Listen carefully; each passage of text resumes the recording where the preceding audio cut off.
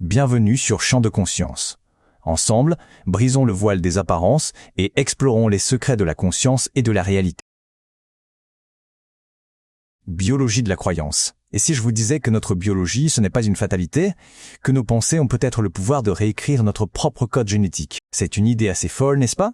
Eh bien, c'est le concept révolutionnaire au cœur de la biologie de la croyance, et on va décortiquer ça ensemble. On a tous entendu ça, l'idée qu'on est à la merci de notre héritage génétique.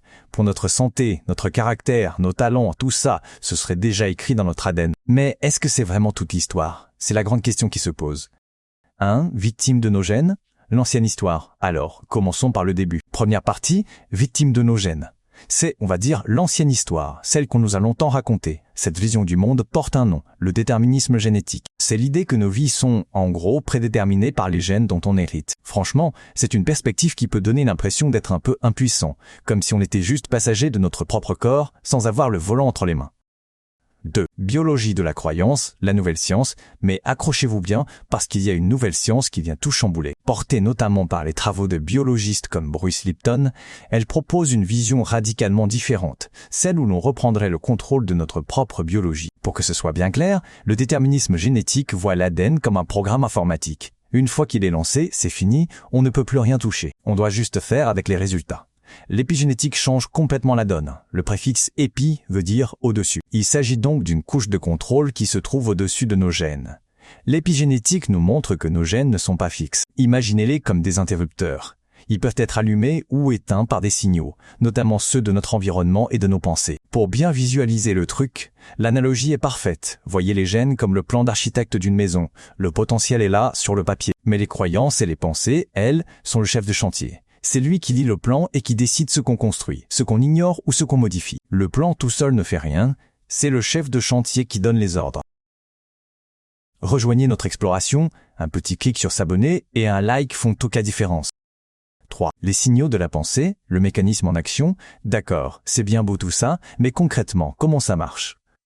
Comment une simple pensée, une simple croyance dans notre tête, peut-elle physiquement influencer une cellule tout au fond de notre corps? La clé, le lien entre les deux, c'est la chimie. Chaque pensée, chaque émotion qu'on ressent libère un véritable cocktail chimique dans notre cerveau.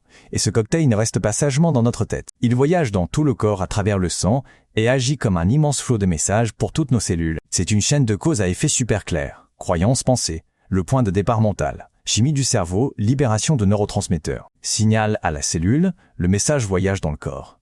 Gène modifié, l'expression de l'ADN est modifiée. Une pensée de peur, par exemple, envoie un signal de stress et le corps se met en mode défense. Une pensée d'amour ou de joie envoie un signal de croissance et de réparation. Le corps ne réagit pas du tout de la même manière.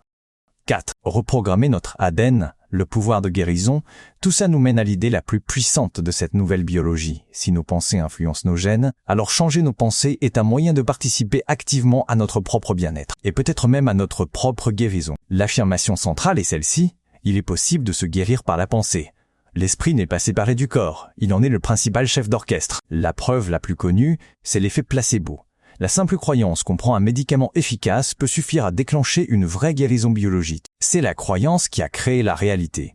Conclusion, ce qu'il faut retenir si on devait résumer tout ça, qu'est-ce qu'il faudrait retenir? C'est l'esprit qui est aux commandes du corps. Nos croyances ne sont pas juste des idées en l'air, elles fonctionnent comme un filtre qui interprète notre environnement et le traduit en signaux chimiques pour nos cellules. Si on change ce filtre, si on change nos croyances, on peut changer notre biologie. Le pouvoir de changer ne vient pas d'une pilule ou de l'extérieur, il est déjà en nous. Ça nous laisse avec une dernière question un peu personnelle. Si le pouvoir de reprogrammer notre biologie est vraiment entre nos mains, quelle serait la toute première croyance limitante que vous choisiriez de transformer? La réponse appartient à chacun. Merci d'avoir exploré l'invisible avec nous.